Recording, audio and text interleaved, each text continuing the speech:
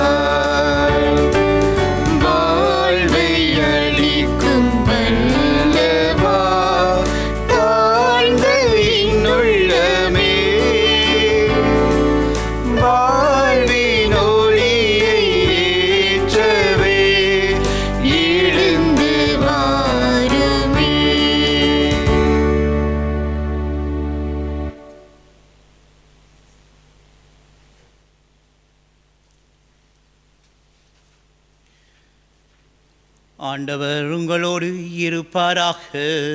உம் ஆன்மாவோடும் இருப்பாராக.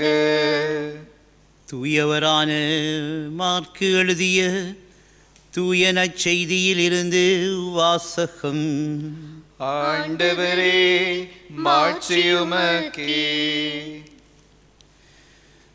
திருத்தூதர்கள் இயேசுவிடம் வந்து கூடி தாங்கள் செய்தவை கற்பித்தவையெல்லாம் அவருக்கு தெரிவித்தார்கள். அவர் அவர்களிடம், நீங்கள் பாலை நிலத்திலுள்ள தனிமையான ஓரிடத்திற்கு சென்று சற்று ஓய்வெடுங்கள் என்றார். ஏனெனில் பலர் வருவதும் போவதுமாய் இருந்ததால் உண்பதற்கு கூட அவர்களுக்கு நேரம் கிடைக்கவில்லை. அவ்வாறே அவர்கள் படகேறி பாலை நிலத்திலுள்ள தனிமையான ஓரிடத்திற்கு சென்றார்கள். அவர்கள் புறப்பட்டு போவதை மக்கள் பார்த்தார்கள். பலர் அவர்களை இன்னார் என்று தெரிந்து கொண்டு எல்லா நகர்களில் இருந்தும் கால்நடையாகவே கூட்டமாய் ஓடி அவர்களுக்கு முன் அங்கு வந்து சேர்ந்தனர்.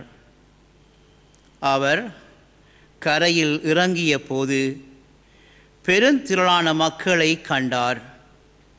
அவர்கள் ஆயரில்லா ஆடுகளைப் போல் இருந்ததால் அவர்கள் மீது பரிவு கொண்டு அவர்களுக்கு பலவற்றை கற்பித்தார். இதற்குள் நெடுநேரமாகிவிடவே சீடர் அவரிடம் வந்து, இவ்விடம் பாலை நிலம் ஆயிற்றே, ஏற்கனவே நெடுநேரம் ஆகிவிட்டது. சுற்றிலுமுள்ள பட்டிகளுக்கும் ஊர்களுக்கும் சென்று உண்பதற்கு ஏதாவது அவர்களை வாங்கிக் கொள்ளுமாறு நீர் மக்களை அனுப்பிவிடும் என்றனர். அவர் அவர்களிடம், நீங்களே அவர்களுக்கு உணவு கொடுங்கள் என்று பதிலளித்தார். அவர், நாங்கள் போய் 200 தெனாரியத்திற்கு அப்பம் வாங்கி இவர்களுக்கு உண்ண கொடுக்க வேண்டும் என்கிறீரா என்று கேட்டார்கள்.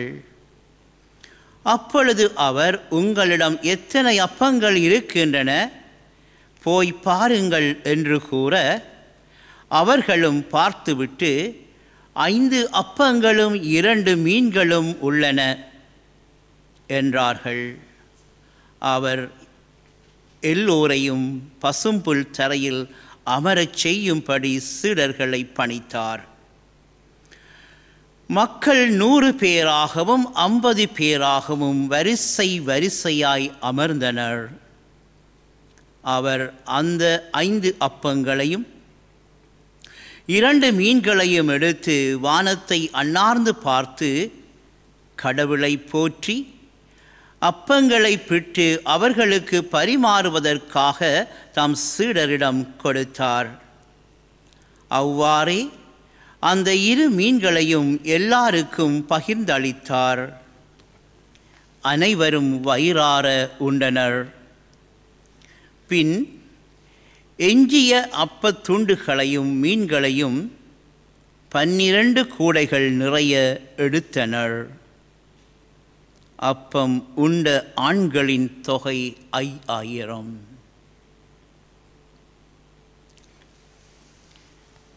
இது கிறிஸ்து இயேசுவின் வாழ்வளிக்கும் வார்த்தைகள். கிறிஸ்துவே உமக்கு புகழ்.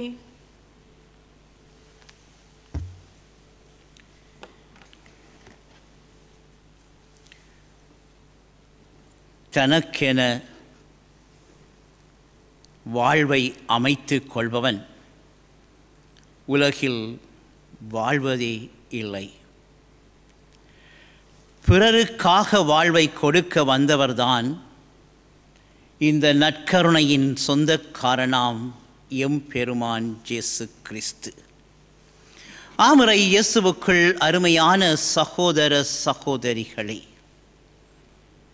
ஆண்டவன் இயேசுவின் பிரசன்னத்திலே இப்பொழுது நாங்கள் அமர்ந்திருக்கின்றோம். பல இடங்களில் பல்வேறு நிலைகளில் பாவப்பட்டவர்களாக, அடுத்தவர்களுடைய இரக்கத்துக்காக ஏங்குகின்ற உள்ளம் கொண்டவர்களாக, அடுத்தவர்களது துணையின்றி எதுவுமே செய்ய முடியாத ஒரு நிலையிலே அமர்ந்திருக்கின்றோம். ஏன் எழுந்திருக்க முடியாத நிலையில் படுக்கையோடு சங்கமித்து கொண்டு இருக்கின்றோம். இப்படியான ஒரு நிலையில் இருக்கின்ற நம்மை பார்த்து இந்த நற்கருணை ஆண்டவரது பிரசன்னம் கொடுக்கப்பட்டிருக்கிறது. பல்லாயிரக்கணக்கானவர்களாக இன்று தொலைக்காட்சியின் முன்னால் இருந்து இந்த நற்கருணை வழிபாட்டிலே பங்கு பெற்றுகின்ற ஒவ்வொரு உள்ளங்களையும் போல அன்றும் இயேசுவையும் இயேசுவினுடைய சீடர்களும் எங்கு சென்று கொண்டு இருக்கிறார்கள் என்பதை பார்த்த அந்த மக்கள் பல்வேறு விதமான உணர்வுகளோடு ஆண்டவன் இயேசுவை தேடி வந்தார்கள். அவர்களுடைய பார்வை, அவர்களுடைய சிந்தனை, அவர்களுடைய எதிர்பார்ப்பு எதுவாக இருந்தது? ஆண்டவன் இயேசு நம்மை ஒரு முறை பார்த்தால் போதும், நம்முடைய அனைத்து பிரச்சனைகளும் எம்மை விட்டு அகன்றுவிடும் என்று எண்ணினார்கள். அந்த அத்தகைய உணர்வோடு அவர்கள் அங்கு கூடியிருக்கிறார்கள். நற்செய்தியை நாங்கள் வாசிக்க கேட்ட பொழுது அழகாக சொல்லப்பட்டிருக்கிறது. இயேசு சீடர்களை அனுப்புகின்றார். அவர்கள் உணவு உண்பதற்கு கூட நேரமில்லாத நிலையில் அவர்கள் தங்களது பணிகளை முடித்து கொண்டு வருகிறார்கள். இருப்பினும் அவர்கள் எங்கு செல்கிறார்கள் என்பதை ஒவ்வொரு மனிதர்களும் பல்வேறு திசைகளில் இருந்து உற்று நோக்கி கால்நடையாகவும் எந்தெந்த வகையிலெல்லாம் அந்த இடத்தை சென்றடைய முடியுமோ அந்த இடத்துக்கு சென்று கூடினார்கள், ஒன்று கூடினார்கள். எதற்காக? ஆண்டவன் இயேசுவினுடைய பிரசன்னத்தை தாங்கள் அனுபவிக்க வேண்டும் என்பதற்காக. ஆண்டவரும் அவர்களுடைய உள்ளத்திலே இருந்து வந்த அந்த ஏக்க உணர்வுகளை பார்க்கிறார். ஒவ்வொருவருடைய உள்ளத்திலும் எத்தனையோ விதமான எதிர்பார்ப்புகள். அந்த எதிர்பார்ப்புகளுக்கு இயேசு விடை கொடுக்கின்றவராக அங்கு காட்சி அளிக்கின்றார். அன்று வாழ்ந்த அந்த மக்களைப் போலவே இன்றும் பலரும் பல்வேறு விதமான சிந்தனைகளோடு, கசப்பான அனுபவங்களோடு, வாழ்வா சாவா என்கின்ற போராட்டங்களோடு பல்வேறு நிலைகளில் நற்கருணை ஆண்டவரின் பிரசன்னத்தை பார்த்து கொண்டிருக்கிறோம். சும்மாவல்ல, கைகளை குவித்த வண்ணமாக கண்ணீர் மல்க, ஐயோ நற்கருணை ஆண்டவரை என் மீது இரக்கம் வையும் என்கின்ற உணர்வுகளோடு ஆண்டவரை பார்க்கிறோம். ஆண்டவரும் அவர்களது எதிர்பார்ப்பை நிறைவேற்றுகின்றார். எவ்வாறு? அன்று மக்கள் பசியோடு இருக்கிறார்கள், பட்டினியாக கிடக்கிறார்கள். அவர்கள் வந்திருக்கின்ற இடத்தில் இருந்து அவர்களது வீடுகள், அவர்கள் செல்ல வேண்டிய ஊர்கள் எல்லாம் வெகு தொலைவில் இருக்கின்றது. அவர்கள் இருக்கின்ற இடமோ ஒரு பாலை நிலம். ஆகவே இந்த பாலை நிலத்தில் அவர்களுக்கு தேவையான உணவு நிச்சயமாக கிடைக்காது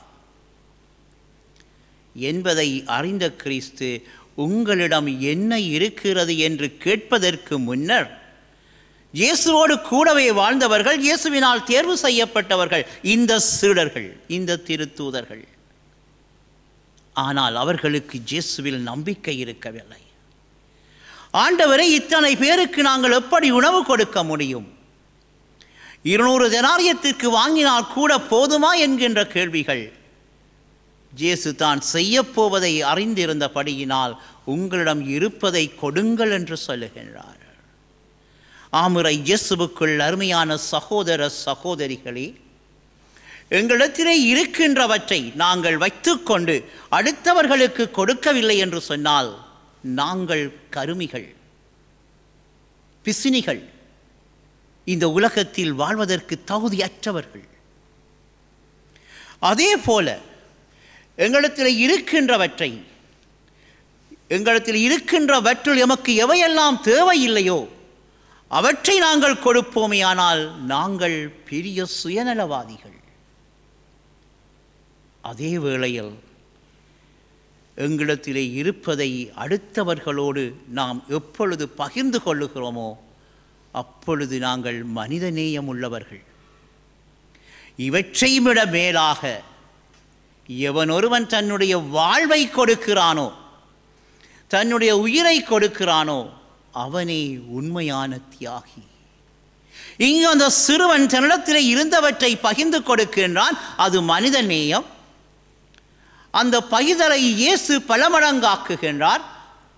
அது இயேசுவினுடைய தியாக உணர்வு.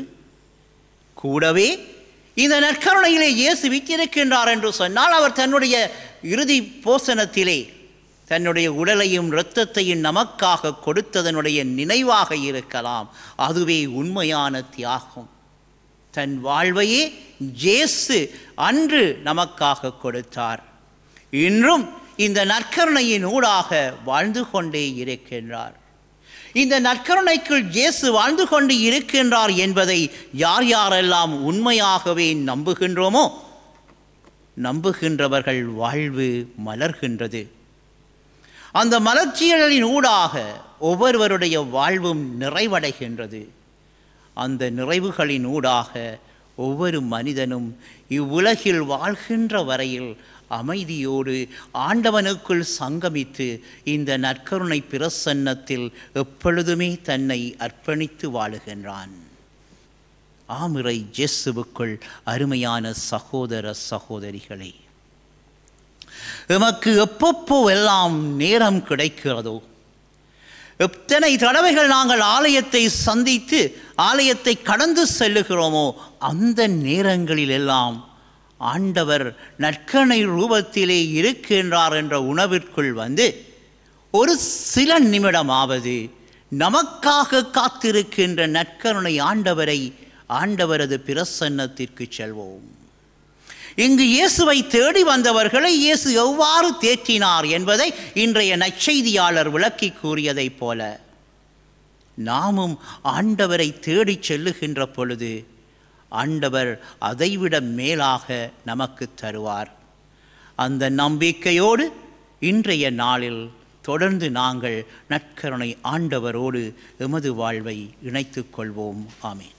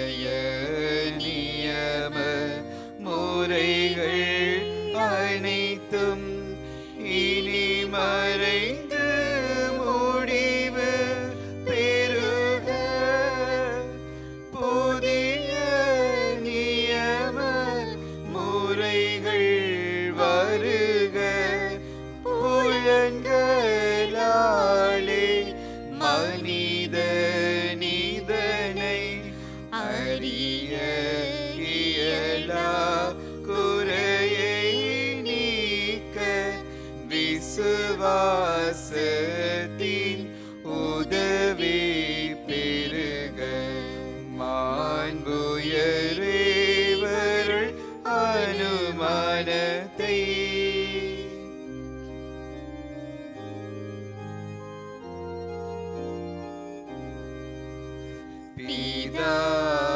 பிதாவர்க்கும் சுதனாவர்க்கும் புகழ்ச்சியோடு வெற்றியார்ப்பும் மீட்பின் பெருமை மகிமையோடு வலிமை வாழ்த்து யாவுமாக இருவரிடமாய் வருகின்றவராம் தூய ஆவி ஆனவர்க்கும் அளவில்லா சம புகழ்ச்சி இன்றுமே உண்டாக ஆமென் ஆமென். பரலோக அப்பத்தை அவர்களுக்கு எடுத்து கொடுத்தருளின் நீர் அதில் சகல மதுர இன்பமும் உண்டாயிருந்தது.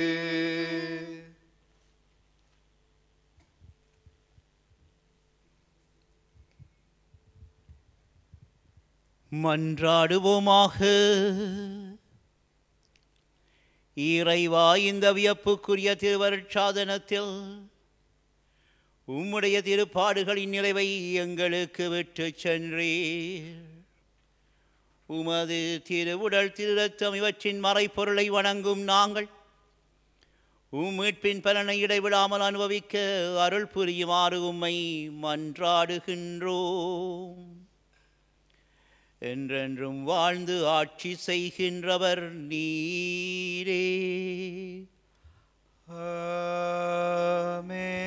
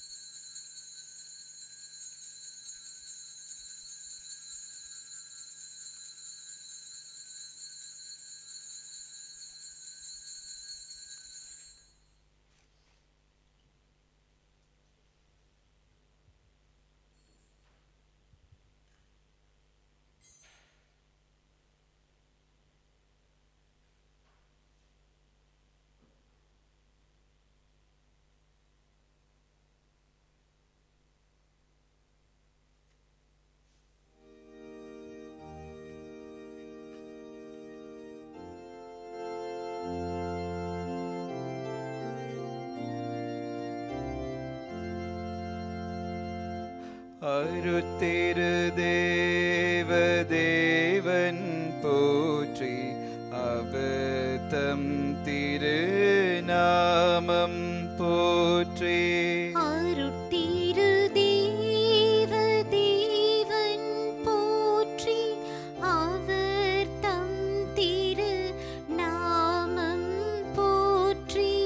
அவர் மகன் இயேசு கிறிஸ்து போற்றி அவர் தம் தூய அன்பே போற்றி. அவர் மகன் இயேசு கிறிஸ்து போற்றி அவர் தம் திரு அன்பே போற்றி. அருட்திரு தூய ஆவி போற்றி அவர் தம் திரு ஞானம் போற்றி.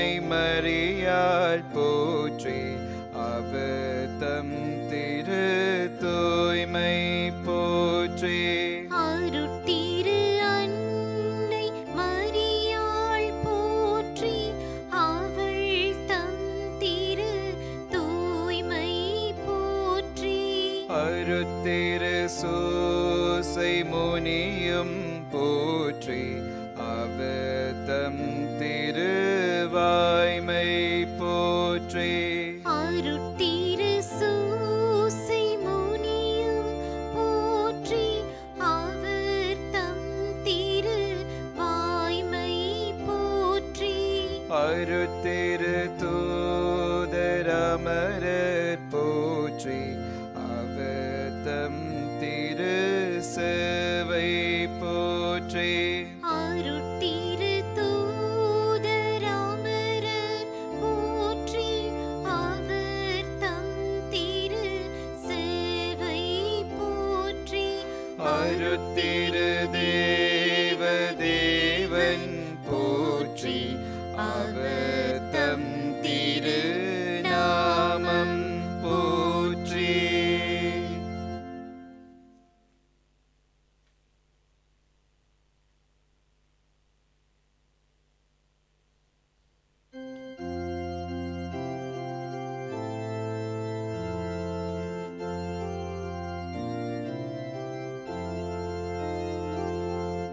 நித்திய ஸ்துதிக்குரிய